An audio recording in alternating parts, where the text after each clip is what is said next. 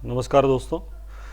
Read की super 50 series में आप सब विद्यार्थियों का स्वागत है और हम लोगों ने कई प्रश्नों को, कई टॉपिकों को बहुत ही अच्छे से कवर किया रेगुलर 5 बजे की क्लास में। और अभी हम लोग जो है वो लाभ हानि टॉपिक से संबंधित कुछ और महत्वपूर्ण प्रश्न कर रहे थे। आज इसी कहानी को अपन और आगे बढ़ाते हैं और लाभ हानि से संबंधित कुछ और नए प्रश्न सॉल्व करते हैं। लेकिन आगे बढ़ने से पहले फिर से यही बोलूँगा, आप वीडियो को अधिक से अधिक लाइक करें और भी स्टूडेंट्स के साथ आप इस वीडियो के लिंक को शेयर करें, जिससे और भी ज़्यादा स्टूडेंट जो है वो जुड़ पाए और इस फ्री सीरीज का लाभ उठा पाए। आगे बढ़ते हैं। आज लाभ हानि की सीरीज में अगला प्रश्न आपके सामने ये रहा। नए टाइप का प्रश्न है। प्रश्न में बोला है, एक दुकानदार एक काजू के पैकेट को 144 रुपए में बेचा यानी विक्रय मूल्य दिया हुआ है। विक्रय मूल्य कितना दिया हुआ है? 144 रुपए। विक्रय मूल्य 144 रुपए। और बोला है ऐसा करने पर उतने ही प्रतिशत का लाभ हुआ। कितने प्रतिशत का लाभ हुआ? जितना की वस्तु का क्रय मूल्य था। जितना क्रय मूल्य है उतने परसेंट लाभ। जब भी ऐसा प्रश्न बोले जितना क्रय मूल्य है उतने प्रतिशत का लाभ हो या उतने प्रतिशत हानि हो, इस प्रश्न को ऑप्शन से सरल करना। ऑप्शन से मतलब जैसे पहला है ना, जो हमारे पास क्रय मूल्य देखो, अगर अपन पहले को ऑप्शन को काम में ले तो पहले में क्रय मूल्य कितना है? 80 रुपए। यदि क्रय मूल्य 80 रुपए है तो जितना क्रय मूल्य है उतने प्रतिशत का लाभ काम में लेके विक्रय मूल्य निकालो। यदि क्रय मूल्य 80 रुपए यानी लाभ कितना लेना है? 80%। जितना क्रय मूल्य है उतना ही लाभ है। अब क्रय मूल्य से विक्रय मूल्य निकाल दो। विक्रय मूल्य कैसे निकलता है? क्रय मूल्य से विक्रय मूल्य निकालने का तरीका होता है, क्रय मूल्य 80 रुपए, क्रय मूल्य के बट्टा में क्या लिख दो? 100 और गुणा में 80% लाभ। 80% लाभ है तो 100 प्लस 80 यानी 180। अब यहाँ 100 से 2 जीरो कट गए, 18 गुणा 8 यानी 144 रुपए। विक्रय मूल्य 144 रुपए कौन से ऑप्शन से मिला? ए से। तो सही उत्तर हो जाएगा ऑप्शन नंबर ए। जैसे इसमें किसी दूसरे ऑप्शन को ट्राई करते हैं, 50 रुपए को, इस ऑप्शन को ट्राई करते हैं। इस ऑप्शन से कैसे करेंगे? चूंकि 50 रुपए क्या है? क्रय मूल्य, तो बट्टा में क्या आ जाएगा? 100 और विक्रय मूल्य पता करना है। जितना क्रय मूल्य है उतने प्रतिशत का लाभ काम में लें। 50% का लाभ, 50% लाभ यानी गुणा 150, 2 जीरो से 2 जीरो कट गए यानी 75 रुपए। विक्रय मूल्य 75 रुपए आ रहा है, इसका मतलब ये ऑप्शन हो नहीं सकता। विक्रय मूल्य तो 144 आना चाहिए। आगे बढ़ते हैं। ऐसा ही एक और प्रश्न आपके सामने, जिसके अंदर आपके सामने क्या बोला है? फिर से एक प्रश्न है जिसमें बोला है क्रय मूल्य के बराबर प्रतिशत का लाभ होता है। अगले प्रश्न में फिर से यही बोला है, क्रय मूल्य जितना है उसी के बराबर प्रतिशत का क्या हो जाता है? लाभ। और जब वस्तु को 56 रुपए में बेचता है, विक्रय मूल्य 56 रुपए आना चाहिए। विक्रय मूल्य 56 रुपए आना चाहिए। तो चारों ऑप्शन से ट्राई करते हैं किस ऑप्शन से विक्रय मूल्य 56 रुपए आता है। माना क्रय मूल्य 400 रुपए, पहले ऑप्शन से ट्राई करते हैं। क्रय मूल्य 40 रुपए, क्रय मूल्य 40 रुपए है, क्रय मूल्य 40%, तो इस पर लाभ भी क्या होगा? 40% लाभ। तो 40 रुपए पर 40% लाभ के हिसाब से विक्रय मूल्य कैसे निकलेगा? विक्रय मूल्य निकलेगा, पहले क्रय मूल्य कितना? 40 रुपए, बट्टा में क्या लिखा? 100 और जितना लाभ है, जितने परसेंट का लाभ है उसको 100 में जोड़ दो। 100 प्लस 40 यानी 140। 2 जीरो से 2 जीरो कट गया, 14 चौक 56 रुपए। 56 रुपए विक्रय मूल्य पहले ऑप्शन से आ रहा है और हमको 56 रुपए विक्रय मूल्य ही चाहिए था, यानी सही उत्तर होगा ऑप्शन नंबर ए। अच्छा, एक और प्रश्न ऐसा का ऐसा, ताकि आप लोग एक ही टाइप के कई प्रश्न प्रैक्टिस कर लो। 96 रुपए में बेचा, विक्रय मूल्य 96 रुपए आना चाहिए यदि उतने ही प्रतिशत, उतना ही लाभ का प्रतिशत है जितना वस्तु का क्रय मूल्य है। फिर से वैसा का वैसा 96 रुपए आना चाहिए। तो 96 रुपए आना चाहिए तो इसके लिए कौन सा क्रय मूल्य काम में ले? 50 रुपए। यदि ये सारे ऑप्शन क्रय मूल्य को दिखा रहे हैं, 50 रुपए है तो इधर 50% लाभ ट्राई करो। अच्छा, 60 रुपए है तो इस पर 60% लाभ लगाओ। जितना क्रय मूल्य है उतने परसेंट का लाभ लगा कर देखो, तो 60 रुपए से सही उत्तर आ जाएगा। कैसे आएगा? ये है 60 रुपए। चूंकि ये 60 रुपए कौन सा मूल्य है? क्रय मूल्य। चूंकि ये क्रय मूल्य है तो बट्टा में क्या आएगा 100। विक्रय मूल्य निकालना है तो लाभ को 100 में जोड़ दो। लाभ है 60%, 100 प्लस 60 यानी 160। 100 से 2 जीरो कट गए, 60 गुणा 6 यानी 96 रुपये। 96 रुपये ही विक्रय मूल्य चाहिए था, जो आया ऑप्शन नंबर बी से। आगे बढ़ते हैं। ऐसा का ऐसा एक प्रश्न आपके सामने हानि का है। 21 रुपये में बेचने से क्रय मूल्य के बराबर प्रतिशत की क्या होती है? हानि। जितना क्रय मूल्य है उतने % हानि काम में लें। तो हानि वाला भी भले लाभ बोले या हानि बोले, ऑप्शन से ही सरल करना। जैसे पहला ऑप्शन है, इसमें 2 मूल्य दे रखे हैं, एक तो 30 रुपये दे रखा है या 70 रुपये। 30 रुपये और 70 रुपये। हानि वाले में चूंकि 2 उत्तर आते हैं, इसीलिए इसमें 2 विकल्प एक साथ दे रखे। तो यहाँ 30 रुपये और 70 रुपये क्रय मूल्य, दोनों को ट्राई करके देख लेते हैं। लेकिन करना क्या है, जितना क्रय मूल्य है उतने प्रतिशत की हानि माननी है। तो 30 रुपये क्रय मूल्य है तो 30% हानि करके विक्रय मूल्य निकाल देते हैं। 70 रुपये क्रय मूल्य है तो 70% हानि करके विक्रय मूल्य निकाल लेते हैं। तो 30 रुपये से पहले शुरुआत करते हैं। चूंकि ये 30 रुपये क्या है, क्रय मूल्य, तो बट्टा में क्या आया 100 इंटू, चूंकि हानि है, हानि का प्रतिशत 100 में से घटा दो। 100 में से 30 गया 70, 2 जीरो से 2 जीरो कट गए, 7 या 21 रुपये। तो 30 रुपये क्रय मूल्य से तो विक्रय मूल्य 21 रुपये आ रहा है। क्या 70 से आ रहा है? 70 से भी ट्राई कर लेते हैं। क्रय मूल्य 70 रुपये, चूंकि ये क्रय मूल्य है तो बट्टा में 100 आएगा। हानि का प्रतिशत है 70, हानि को 100 में से घटा दो। 100 में से 70 गया 30, 2 जीरो से 2 जीरो कट गया, 7 या 21 रुपये। इससे भी 21 रुपये आ रहा, यानी सही उत्तर होगा 30 रुपये या 70 रुपये। इस प्रकार के प्रश्न में जब क्रय मूल्य के बराबर प्रतिशत हानि होती है तो हमेशा 2 उत्तर आते हैं, और दोनों उत्तर ऐसे होते हैं कि दोनों का जोड़ 100 होता है। आगे बढ़ते हैं। एक और प्रश्न आपके सामने। अगले प्रश्न को आप ध्यान से समझना। अगले प्रश्न में क्या बोला है, सुरेश ने एक घड़ी जो है 20% हानि पर रवि को दे दी। यानी कोई घड़ी है जो आगे से आगे ट्रांसफर हो रही है।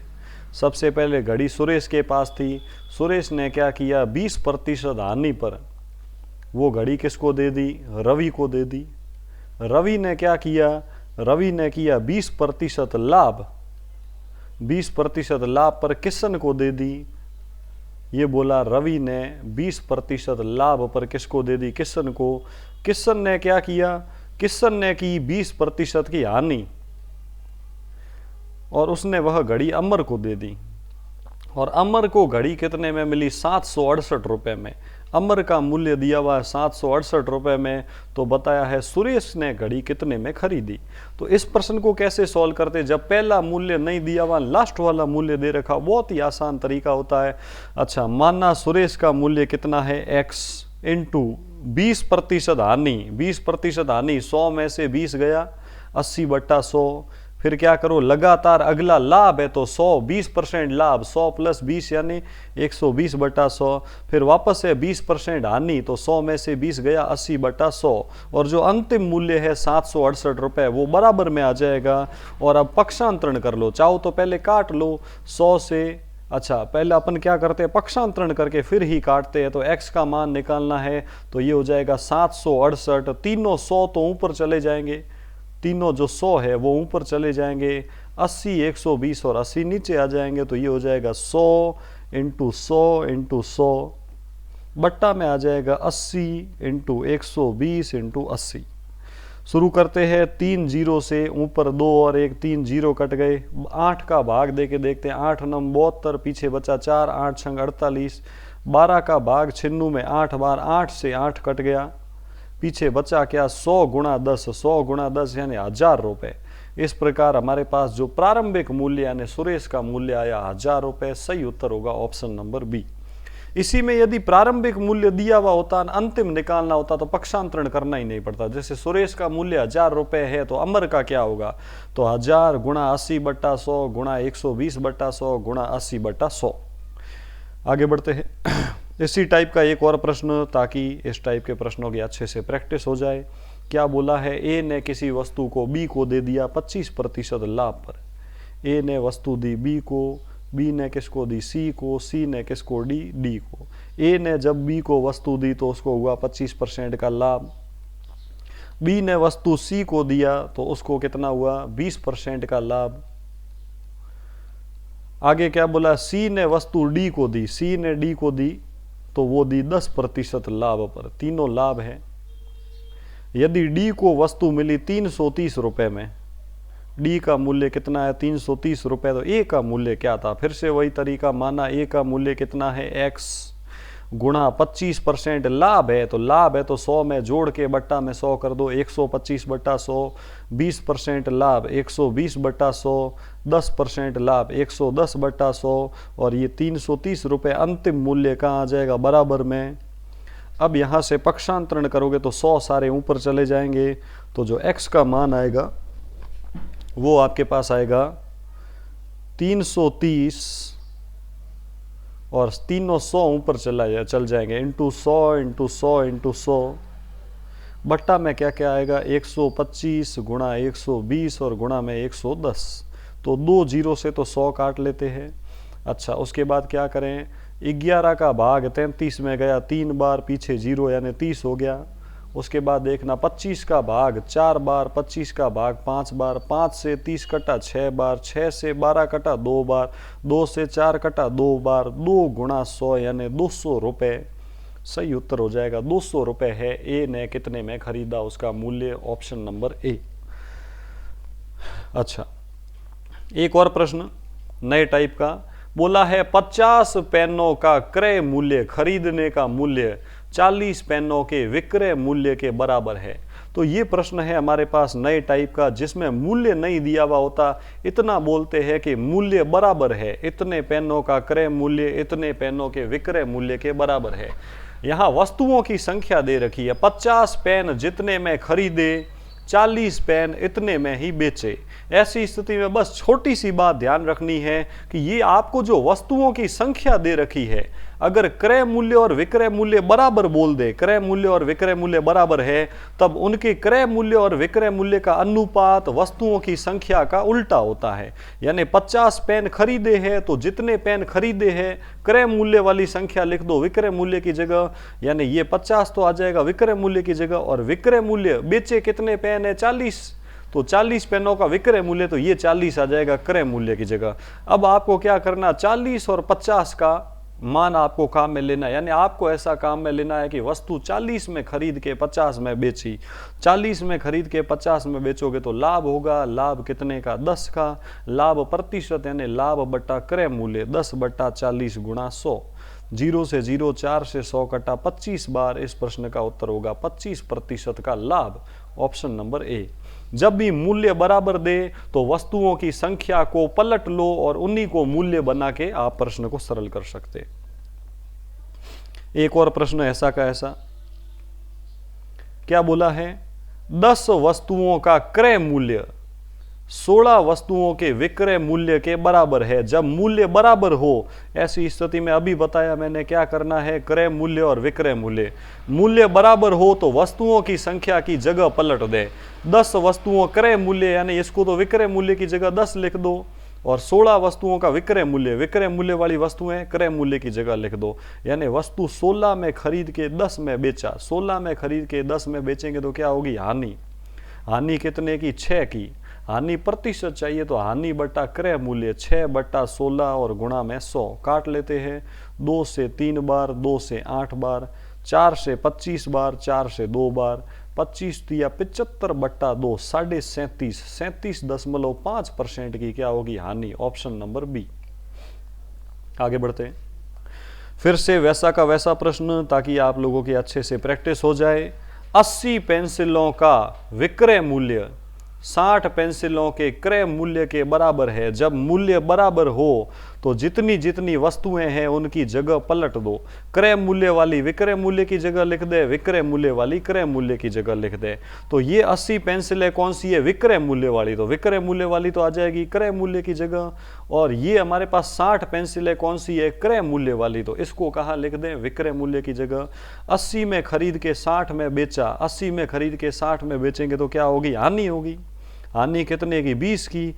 हानि प्रतिशत चाहिए तो हानि बट्टा क्रय मूल्य 20 बट्टा 80 गुणा 100। 20 से 80 कटा 4 बार, 4 से 100 कटा 25 बार। उत्तर हो जाएगा 25% की हानि, ऑप्शन नंबर बी। फिर आगे बढ़ते हैं, एक और प्रश्न। अच्छा, यहां पे क्या बोला है, एक बेईमान दुकानदार 1 किलोग्राम के स्थान पर 950 ग्राम ही तोलता है। 1 किलोग्राम के स्थान पर 950 ग्राम तोलता है, लेकिन वो कहता क्या है, मैं सभी वस्तुओं को क्रय मूल्य पर ही बेचता हूं। ये प्रश्न भी वैसा ही होगा, यानी बराबर मूल्य पर बेचता हूं। यानी क्रय मूल्य पर बेचना मतलब जितने रुपए में खरीदा उतने में ही बेचा, जितने रुपए में खरीदा उतने में ही बेचा। तो अपन को क्या करना है, क्रय मूल्य और विक्रय मूल्य। लेकिन वो गड़बड़ क्या कर रहा, तोल में कर रहा। 1 किलोग्राम की जगह 950 ग्राम ही तोलता है। यानी दुकानदार खुद तो कितना लेता है, 1000 ग्राम। 1 किलोग्राम में कितने ग्राम होता है, 1000। 1000 ग्राम के तोल के बदले 950 ग्राम ही तोल के देता है, और इस प्रकार वो लाभ देता है, ग्राहक को 950 ग्राम ही देता है। तो अब अपन को यहाँ लाभ का प्रतिशत निकालना है। तो लाभ का प्रतिशत कैसे आएगा, मात्राओं को बदल दे, यानी 950 ग्राम आगे आ जाएगा, और 950 ग्राम जो है वो कितने ग्राम के बदले बेचा है, 1000 ग्राम के बदले। तो यहाँ पे 950 और 1000 का अनुपात काम में ले और लाभ का प्रतिशत आ जाएगा। तो लाभ का प्रतिशत कैसे आएगा, 950 से 1000 हो गया, लाभ कितने का हुआ, 50 का। लाभ बट्टे क्रय मूल्य 950 बट्टा में 50 बट्टा 950 गुणा 100। 0 से 0, 5 से 95 कटा 19 बार, 100 बट्टा 19, यानी 5 सही 5 बट्टा 19% क्या हो जाएगा, लाभ। अब ये प्रश्न अपन ने कैसे सरल किया भाइयों, अभी थोड़ी देर पहले मैंने बताया ना, मात्राओं की जगह बदल दो। जितनी मात्रा बेची है उसको खरीदे की जगह लिख दो। ये 950 ग्राम क्या किया, बेचा है। जितना बेचा है वो खरीदा की जगह लिख दो, और खरीदा खुद ने कितना, 1 किलोग्राम, उसको बेचा की जगह लिख दो, 1000 ग्राम बेचा की जगह लिख दो, है ना। ऐसा कब करते हैं, जब मूल्य बराबर हो, जब मूल्य क्या हो, बराबर, है ना। सभी वस्तुओं को क्रय मूल्य पर ही बेचता है। तब जब मूल्य बराबर हो तो मात्राओं का स्थान बदल कर सरल किया जाता है। ऐसा प्रश्न हमारे पास एक और है। अगले प्रश्न को ऑप्शन से करना पड़ेगा कि एक बेईमान दुकानदार अपने सामान को लागत मूल्य पर बेचने का दावा करता है, फिर वह क्या करता है, कम वजन तोलकर 25% का लाभ अर्जित करना चाहता है। तो 1 किलोग्राम की जगह वो कितने ग्राम रखे कि 25% लाभ हो। तो जब आप ऑप्शन से ट्राई करोगे तो आपको पता लगेगा कि अगर आप 800 ग्राम काम में ले तो 1 किलोग्राम, यानी दुकान वाला खुद तो 1000 ग्राम खरीदता है, तो वो 1000 ग्राम जो है वो कहाँ आ जाएगा, विक्रय मूल्य की जगह 1000 ग्राम आएगा। क्रय मूल्य की जगह इन ऑप्शन में से यदि आप 800 ग्राम रख के देखोगे तो 25% लाभ आएगा। कैसे आएगा, देखो 800 में खरीदा, 1000 में बेचा, तो लाभ हो रहा है। लाभ कितने का, 200 का। लाभ प्रतिशत निकालोगे तो 200 बट्टा 800 गुणा 100। 200 से 800 कटा 4 बार, 4 से 100 कटा 25 बार। 25% का लाभ चाहिए तो तोल में गड़बड़ करके कितने ग्राम बेचना पड़ेगा, 800 ग्राम। एक और प्रश्न, अगला जो प्रश्न है इसको भी ध्यान से सुनना। अगले प्रश्न के अंदर आपको क्या बोला है, 100 पेंसिलें बेचने से एक दुकानदार को 20 पेंसिल के विक्रय मूल्य के बराबर लाभ होता है। जब यहां विक्रय मूल्य के बराबर लाभ हो, कहने का मतलब फिर से आपको अनुपात दिए हुए है। पहले लिखो क्रय मूल्य, फिर 2 नंबर पे लिखो लाभ, और लास्ट में क्या लिखो, विक्रय मूल्य। अब यहां क्या क्या दे रखा है, यहां एक तो विक्रय मूल्य दे रखा है, एक लाभ दे रखा है। विक्रय मूल्य 100 है और लाभ 20 है। तो विक्रय मूल्य है 100 और लाभ आपके पास कितना है, 20। यदि विक्रय मूल्य और लाभ दिया हुआ है तो क्रय मूल्य कितना होगा, क्रय मूल्य 80 होगा। लाभ चाहिए तो खरीदा कम में और बेचा ज्यादा में। अब जब आपको क्रय मूल्य भी मिल गया, पूछा क्या है, लाभ का प्रतिशत। लाभ प्रतिशत कैसे आएगा, लाभ बट्टा क्रय मूल्य 20 बट्टा 80 और गुणा में क्या हो जाएगा, 100। 20 से 80 कटा 4 बार, 4 से 100 कटा 25 बार। 25% लाभ सही उत्तर होगा, ऑप्शन नंबर ए। आगे बढ़ते हैं। अगला प्रश्न नए टाइप का है। करण ने क्या किया, 2 टीवियां प्रत्येक को 960 रुपए में बेचा। दो टीवियां समान मूल्य पर बेची, यानी विक्रय मूल्य समान है। ये इस टाइप का प्रश्न है, विक्रय मूल्य समान है। विक्रय मूल्य समान है लेकिन एक पर तो 20% लाभ हो रहा है और दूसरे पर 20% की हानि। जब दो वस्तुओं का विक्रय मूल्य समान हो और एक पर जितना लाभ हो दूसरे पर उतनी ही हानि हो, ऐसे सौदे में आपको याद रखना है हमेशा हानि ही होगी। और वो हानि कितनी होगी? दोनों का गुणा बट्टा 100 इतने % की, यानी 20 गुणा 20 बट्टा 100 कर दो, 100 से 2 जीरो कट जाएंगे, 2 दूनी 4, कुल मिलाकर 4% हानि होगी। सही उत्तर होगा ऑप्शन नंबर सी। अगला प्रश्न, अगले प्रश्न में क्या बोला है आपको? अगले प्रश्न में बोला है कृष्णन ने एक कैमरा आरंभिक मूल्य से 20% कम में खरीदा। 20% कम में खरीदा। तो अपन बात करते हैं सबसे पहले आरंभिक मूल्य। आरंभिक मूल्य से वापस खरीदा मतलब कौन सा मूल्य आ जाएगा? क्रय मूल्य। फिर आगे 40% लाभ पर बेचा, यानी कौन सा मूल्य आ जाएगा? विक्रय मूल्य। तो यहाँ इस प्रश्न को कैसे करेंगे? माना आरंभिक मूल्य 100 है और 20% कम में खरीदा है, तो 100 से 20% कम कर देते। 100 इंटू 20% कमी, 20% कमी यानी 80 बट्टा 100, 100 से 100 कट गया, यानी खरीदा कितने में? 80 में। जितने में खरीदा उससे 40% लाभ पर बेच दिया। जितने में खरीदा उस पर 40% का लाभ कर दो। 40% लाभ पर बेचा, 40% लाभ पर बेचा तो विक्रय मूल्य कैसे आएगा? चूंकि ये क्रय मूल्य है तो बट्टा में 100, 40% लाभ यानी गुणा में 120, 2 जीरो से 2 जीरो कट गए, 14 8 112, यानी बेचा 112 में। तो बोला आरंभिक मूल्य पर लाभ का प्रतिशत क्या है? आरंभिक मूल्य से तुलना करो। 100 से आरंभिक मूल्य से 100 से 112 कितना ज्यादा है? 12। आरंभिक मूल्य के अनुसार लाभ का प्रतिशत कैसे आएगा? लाभ बट्टा आरंभिक मूल्य गुणा 100। तो आरंभिक मूल्य 100 है, 100 वाली वस्तु को 112 में बेचा, लाभ कितने का? 12 का। चूंकि लाभ आरंभिक मूल्य पर निकालना है तो बट्टा में आरंभिक मूल्य 100 और गुणा में भी 100, तो 100 से 100 कट गया, लाभ हो जाएगा 12%। सही उत्तर होगा ऑप्शन नंबर सी। आगे बढ़ने से पहले फिर से यही बोलूंगा, अभी भी आपने अगर वीडियो को लाइक नहीं किया है तो जल्दी से वीडियो को लाइक कर ले और अधिक से अधिक विद्यार्थियों के साथ इस वीडियो के लिंक को शेयर करें।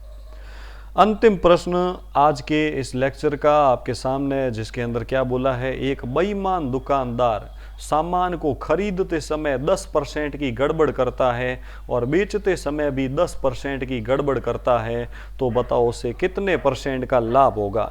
इस प्रकार के प्रश्न को कैसे करते हैं? इसको सॉल्व करने का तरीका होता है कि पहले आप क्या करें, वस्तु का आरंभिक मूल्य 100 रुपये मान ले और जितनी जितनी गड़बड़ हो उतने % की वृद्धि करते रहे। तो 10% की गड़बड़, 10% गड़बड़ यानी मूल्य को 10% बढ़ा दें, तो 100 + 10 यानी 110 बटा 100। वापस बेचते समय भी 10% गड़बड़ यानी फिर मूल्य 10% बढ़ा दे, यानी 110 बटा 100। तो अब देखो 100 से 100 कट गया, 100 से 2 जीरो कट गए, 11 गुणा 11 यानी 121। अब ये 121 यदि 100 से ज़्यादा है तो लाभ और 100 से कम है तो हानि। 121 100 से ज़्यादा है, 121 में से 100 गया 21% का लाभ हो गया। गड़बड़ करेंगे तो हानि होगी नहीं, लाभ ही होगा। सही उत्तर होगा ऑप्शन नंबर बी। उम्मीद करता हूँ आज के सारे प्रश्न आपको बहुत अच्छे से समझ में आए होंगे। और आगे बढ़ने से पहले यही कहना चाहूँगा कि अगर आप लोग वीडियो का PDF डाउनलोड करना चाहते हैं तो टेलीग्राम चैनल पर मैथ्स बाय दिलीप सर नाम के चैनल से आप लोग इस वीडियो का PDF जो है वो डाउनलोड कर सकते हैं। और अगर आप मेरा पेड कोर्स खरीदना चाहते हैं तो 22 ई-लर्निंग ऐप पर जाओ, जहां आपको बिल्कुल 600 रुपये, मात्र 600 रुपये के शुल्क में आप लोगों को रीट की संपूर्ण मैथ बिल्कुल बेसिक लेवल से मिल जाएगा। जल्द ही फिर मिलेंगे नए लेक्चर में, तब तक के लिए धन्यवाद दोस्तों।